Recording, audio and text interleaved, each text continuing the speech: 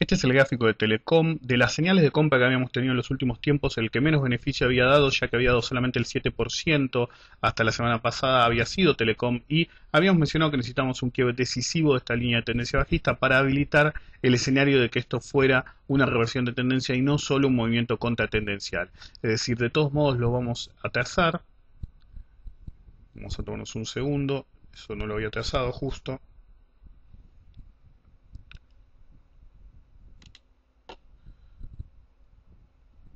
Vamos a trazar los indicadores que hacen falta para darnos cuenta si es un impulso o solamente una reversión.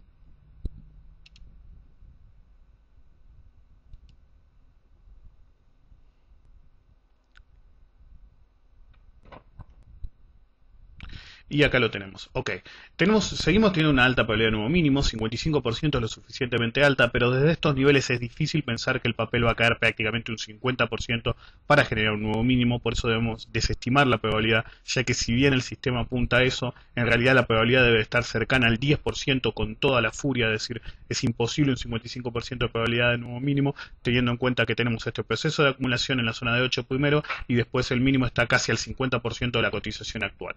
Pero lo que sí tenemos es un target de quiebre reversión alcista en 6.25, vemos que fue superado el viernes, pero todavía no lo podemos considerar quebrado, necesitamos un día más, y simultáneamente tenemos un quiebre de la línea de tendencia bajista que oficia como una fuerte resistencia dinámica. Ahora, lo importante acá es que ya tuvimos el primer día de quiebre, pero vamos a pasar a algo primero así, después borro los Fibonacci.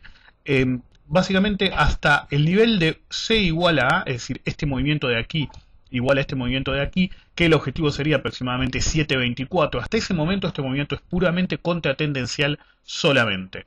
Pero ya tenemos una primera señal de alerta, perdón, primero voy a mencionar que en 8.96, arriba de 8.96, ahí sí podríamos estar hablando de una reversión alcista realmente fuerte. Sé que los objetivos son muy lejos, pero son una consecuencia de que la primera etapa de arranque fue muy violenta y básicamente pasó de la zona de 3.30 aproximadamente a 6, lo cual fue una suba furiosa, y por eso el objetivo de confirmación de que esto es una reversión al alza recién está en 8.96. Ahora sí, si vemos esta zona en la cual tenemos la resistencia dinámica, vemos que ya tenemos un quiebre. Ahora, para tener un quiebre consolidado a este nivel, necesitamos que el lunes se mantenga nuevamente sobre esta resistencia dinámica, incluso si es un día bajista. Lo importante es que no vuelva a cerrar debajo de esta línea y después que el día martes o miércoles, cuando sea, durante la semana, mientras no se dé un quiebre a la baja nuevamente esta línea, se genere un nuevo máximo del máximo surgido relativo entre este día que vemos aquí, que fue el primer quiebre, y el día martes si se cumple la condición. Recién ahí podemos hablar de un quiebre consolidado y el objetivo habilitado en ese caso sería la nueva línea de tendencia, la que sigue, perdón, que es la resistencia dinámica que vemos aquí, que para la semana que viene básicamente estaría en la zona de 7.61. Pero lo primero que necesitamos es que se mantenga por sobre la resistencia dinámica que vemos aquí y sobre la resistencia a 6 pesos. Una vez que eso se logre, debería vulnerar el máximo de si el lunes lo logra, de lunes y este viernes, y recién ahí estaríamos ante un quiebre consolidado de la línea de tendencia.